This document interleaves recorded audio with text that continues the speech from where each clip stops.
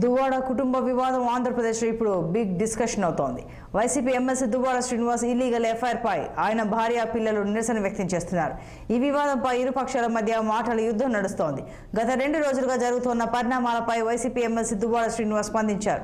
భార్య వాణి అహంకారపూరితంగా వ్యవహరిస్తోందని, తనపైకి పిల్లలను ఉసుగొల్పుతోందని ఆరోపించారు.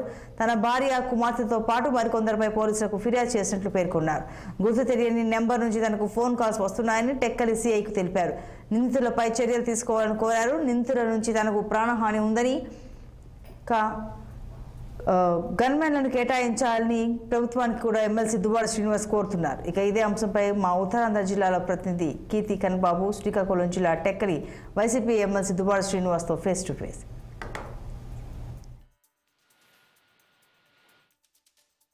గడిచిన 2 రోజులుగా దువ్వాడ కుటుంబం రోడ్డుకి ఎక్కినటువంటి పరిస్థితులు, వార్తలు, కథనాలు అనేకంగా వింటూ వస్తున్నాం. అసలు ఈ కథనానికి ఫుల్ స్టాప్ ఎప్పుడు పడుతుంది? అసలు ఇంత రభస జరగడానికి గల కారణం ఏంటి? 2 కుటుంబాలకు సంబంధించినటువంటి లేదా ఒక కుటుంబానికి సంబంధించినటువంటి విషయాలపై ఎందుకు ఇంత రచ్చ చేస్తున్నారంటూ కూడా కొన్ని ఆరోపణలు వస్తున్నటువంటి పరిస్థితి ఉంది. అయితే ప్రస్తుతం మనతో పాటు మాట్లాడడానికి దువ్వాడ శ్రీని గారు మనతో ఉన్నారు. ఆయన మాటలోనే కొన్ని విషయాలు అడిగి తెలుసుకునే ప్రయత్నం చేద్దాం. సార్ నమస్తే అండి, చెప్పండి, ప్రధానంగా ఇంత పెద్ద ఇష్యూ అవ్వడానికి లేదా ఎక్కడ పునాది పడింది సార్ దీనికి?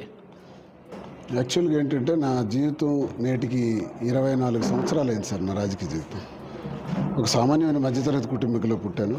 మా నాన్నగారు రైల్వే ఎంప్లాయ్, సెక్షన్ ఇంజనీర్గా చేసేవారు. వాళ్ళ అబ్బాయిగా ఎంఏ ఇంగ్లీష్ లా చేసుకుని రాజకీయాల్లో ఉన్నత స్థాయికి రావాలని నిరంతరం కష్టపడి 25 ఏళ్లుగా ఎన్నో ఒడదొడుకులు, ఎన్నో ఉద్యమాలు, ఎన్నో పోలీస్ కేసులు, జైళ్ళు, ఎన్నో ప్రజా కార్యక్రమాలు, ప్రజాందోళన చేసుకుంటూ 17 సంవత్సరాల అపోజిషన్, ఇప్పుడు రూలింగ్లో ఉన్నాం. రూలింగ్ పోయి ఇప్పుడు మళ్ళీ అపోజిషన్లోకి వచ్చాం.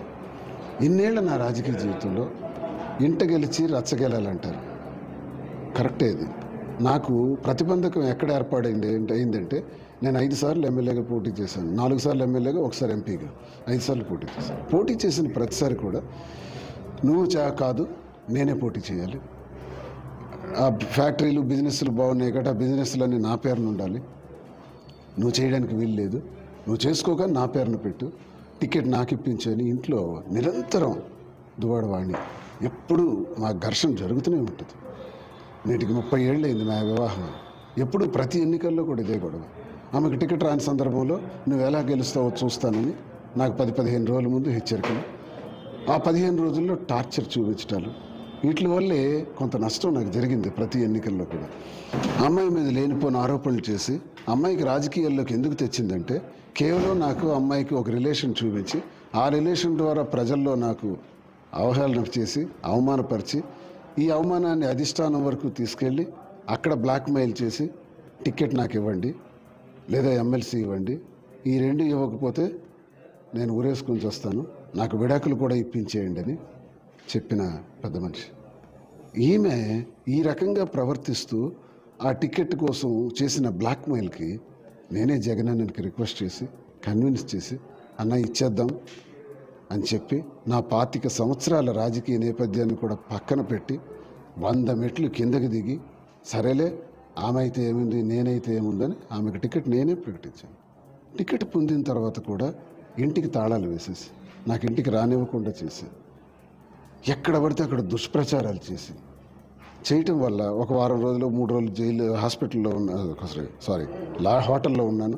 ఆ తర్వాత 3 రోజులు కారులోనే గడిపాను. ఆ తర్వాత పరిస్థితుల్లో మా అమ్మ పిలుపు మేర వరకు అమ్మ దగ్గర ఉన్నాను ఒక 1 ఏడాది కాలం పాటు, 1.5 ఏడాదిన్నర కాలం. ఆ తర్వాత ఇప్పుడే ఒక 5-6 నెలల నుంచే ఇక్కడ ఈ నివాసం ఏర్పాటు చేసుకొని ఈ నివాసంలో ఉంటున్నాను. ఇప్పుడు నాకున్నది ఈ ఒక్క నివాసం.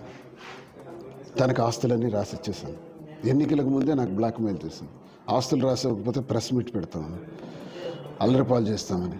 సరే ఈ దౌర్భాగ్యమైన పరిస్థితులు ఎందుకని రాసిచ్చేసాను. తీరా ఎన్నికల దగ్గరికి వచ్చేటప్పటికి అచ్చెన్నాయుడితో చేతులు కలిపి తండ్రి రాఘవరావు వాణి ఇద్దరూ కలిసి తెలుగుదేశానికి సపోర్ట్ చేశారు.